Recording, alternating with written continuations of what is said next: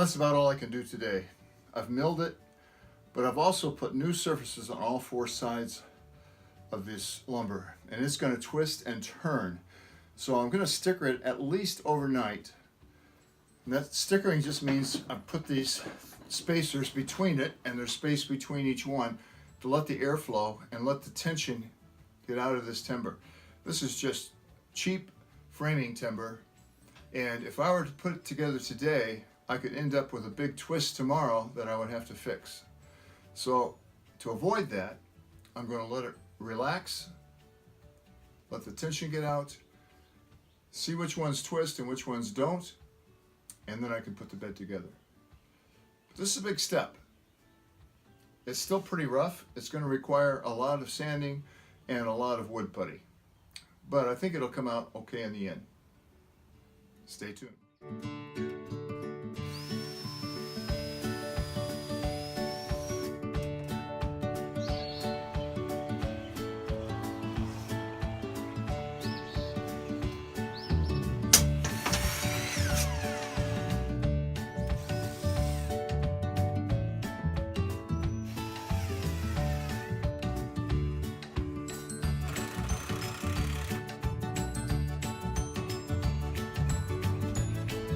So I cut these 2x6s in half and then milled them all exactly the same size.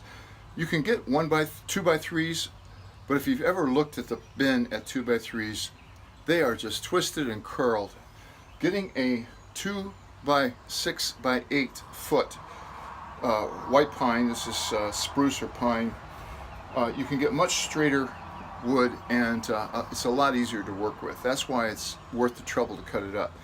Now, these are the pickets that are going to be on the bottom of the bed, and this is the only time I'll be able to get in between with a power sander.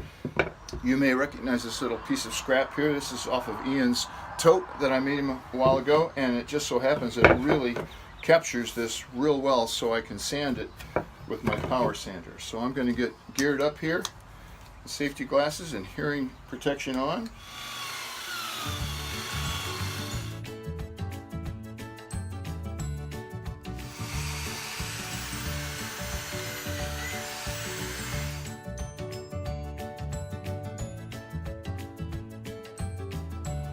So at this point, I've put this cross member in here. That's going to be the top. These are 16 inches.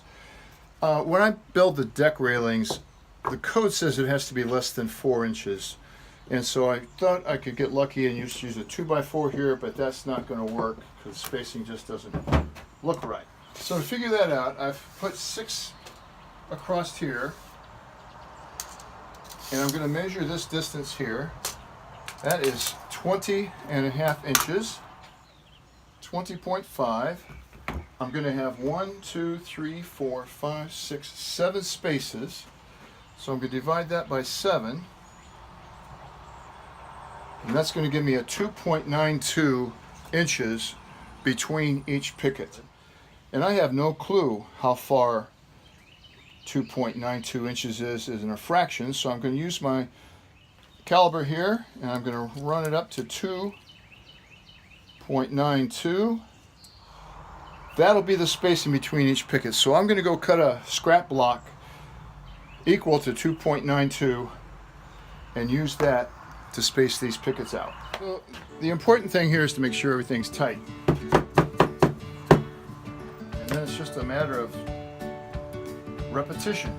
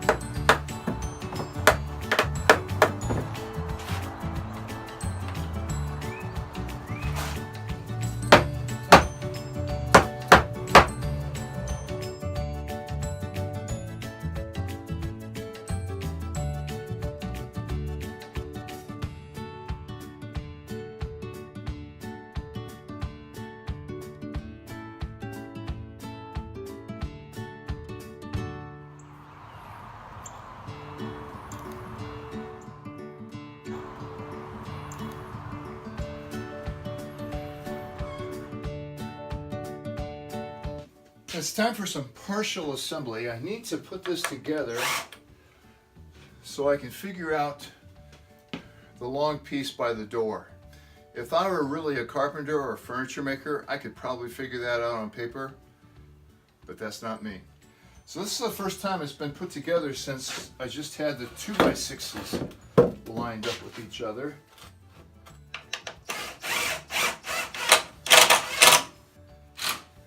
It's really looking pretty cool. There's no way I can get a shot of it in this basement, a full shot. One of the challenges of working by yourself when you have a two-man job is trying to figure out ways to get what you want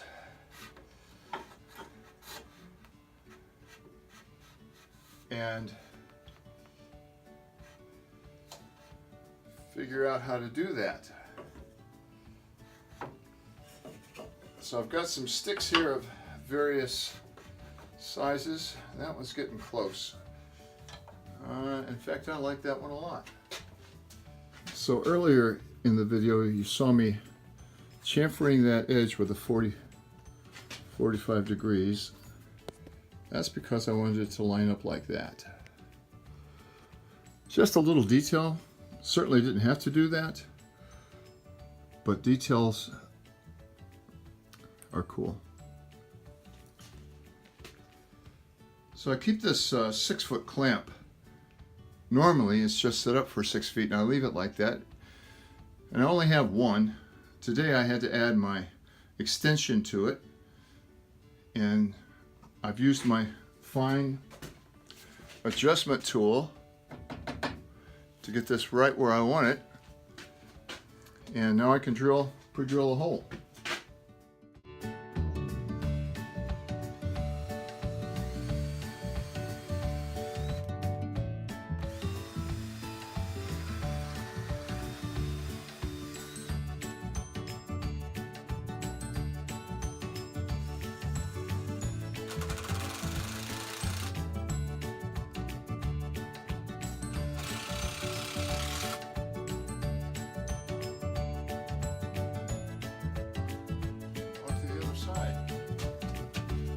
So I've marked each one of these 3 holes. This is C, A, B, C, so 3 holes corresponding on the other spot. Laura doesn't want the mattress to lay directly on the floor, so in an effort not to waste materials, I took the cutoffs I had, marked them all so I could have all those faces facing up with some chalk, and I'm going to glue these on the bottom, and that's where a piece of plywood will sit, and then the mattress on that. So I'm just tacking these down with some brads until the glue dries. Hold it. I'll repeat this on all 4. Well, I've been trying to get this bed finished. It's officially taking me longer to put a finish on it than it was to build it. I put on 2 coats of primer. That raised the grain each time, so I sanded it again. Then I rolled on and brushed out. I thought I had all the drips of white latex. Wasn't satisfied with that finish, so I went back 150 grit, sanded everything down again for the 3rd time, and let me tell you, there are a lot of nooks and crannies in this bed. My local Ace Hardware had a buy one get one free cans of spray paint. So hopefully I'm going to finish this bed today, deliver it this week, and call this project done. Love you, Kate. It's a beautiful morning to do this, no wind. This is an old finishing trick I read about and have used for several years. Don't remember where I read it. This is just a brown paper bag rolled up, and I'm actually going to burnish. I'm going to burnish all these parts before I put on this last coat of paint. It makes it really smooth, and the paint sticks to it a lot better. And you can see some of that paint's coming off. I don't know, it's probably the equivalent of 320 sandpaper, but it doesn't clog up.